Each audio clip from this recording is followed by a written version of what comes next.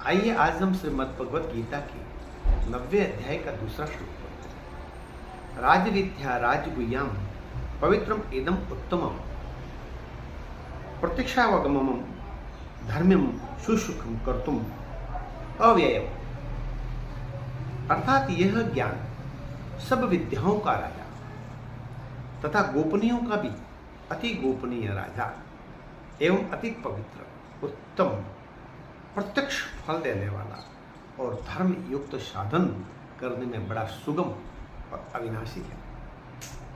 यहाँ पे भगवान श्री कृष्ण अर्जुन को कहते हैं कि हे अर्जुन, जो योग ध्यान विधि मैं तुमको बता रहा हूँ, जो ज्ञान मैं तुम्हें दे रहा हूँ, वह दुनिया की सर्वश्रेष्ठ विधि है, सर्वश्रेष्ठ ज्ञान।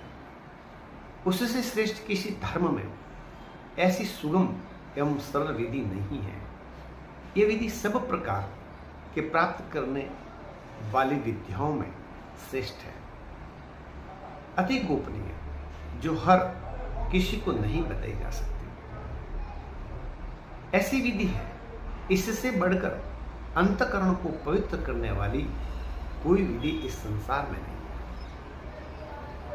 भगवान कहते हैं यह अति उत्तम होने के साथ साथ प्रत्यक्ष परिणाम देने, प्रत्यक्ष फल को देने, प्रत्यक्ष को प्रमाण की आवश्यकता नहीं होती है। इस प्रकार प्रमाण देने वाली यह विद्या है, यह ध्यान विधि, यह योग विधि। इसको अभ्यास में लाने के पश्चात जो आनंद और शांति का अनुभव होता है, उसे प्रमाण की आवश्यकता नहीं है। वह जीवात्मा, वह साधक स्वयं ही उसका अनुभव करके स्वयं जान जाता है। साथ ही यह विद्या धर्मयुक्त भी है, बड़ी सरल भी है, सहज भी है, सुबोध भी है। इस विधि को करने से पुनः पुनः अभ्यास करने की इच्छा होती है। तो भगवान श्री कृष्ण ने अर्जुन जो यहाँ पे परम चेतना को जानने की योग विद्या बताई है, उसकी विधि बताई है, उसके बारे में भगवान श्री कृष्ण अर्जुन को कहते हैं कि अर्जुन, ये बड़ी गोपनीय है, ये हर किसी को नहीं बताई जाए, क्योंकि ये इतनी सहज और सरल है कि सामान्य तो मनुष्य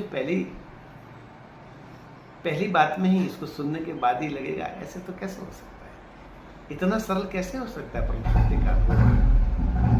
परंतु भगवान कहते हैं इतनी सरल और सुगम है कि अगर इस विधि का हम अभ्यास करें, उसको जानने का, उसके साक्षी बन गए,